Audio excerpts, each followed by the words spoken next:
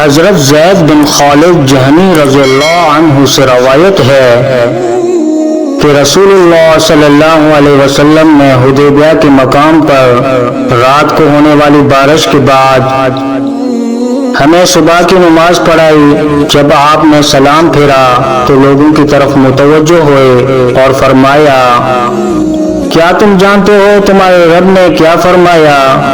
انہوں نے جواب دیا، اللہ اور اس کا رسول بہتر جاننے والے ہیں۔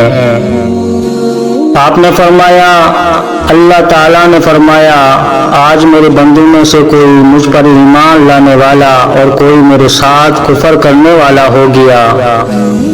جس نے یہ کہا کہ ہم پر اللہ تعالیٰ کے فضل اور رحمت سے بارش ہوئی ہے تو وہ مجھ پر ایمان رکھنے والا اور ستارے کے ساتھ کفر کرنے والا ہے، اور جس نے یہ کہا کہ ہم پر فلاں فلاں ستارے کے غروب و طلوع ہونے کی وجہ سے بارش ہوئی ہے تو وہ میرے ساتھ کفر کرنے والا اور ستارے پر ایمان رکھنے والا ہے۔